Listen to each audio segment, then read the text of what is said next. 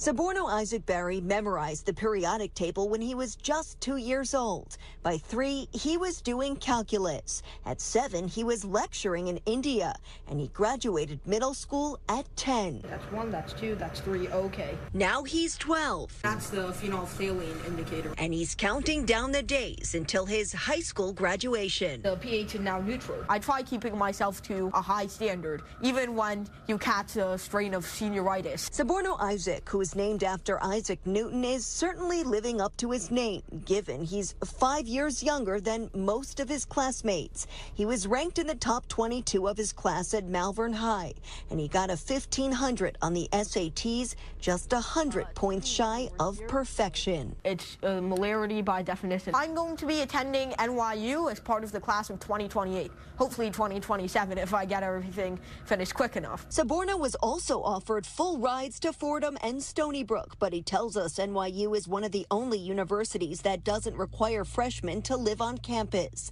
His dad will double as his driver. I'm very proud of him. His older brother is also proud. When I need someone to play with, it's him. When I need someone to annoy, it's him. And when I need to ask someone a question, it's also him.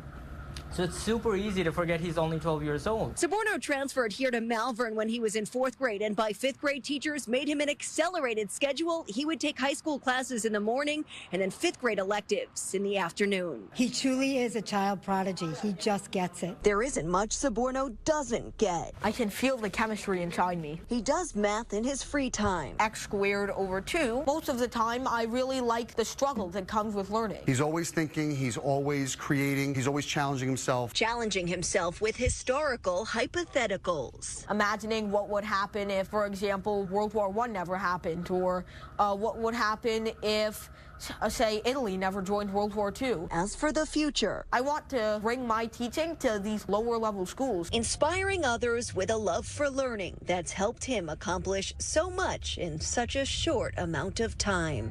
In Malvern, Long Island, Jodi Goldberg, Fox News. Impressive. I had trouble getting past algebra myself. I didn't know what he was putting on that board.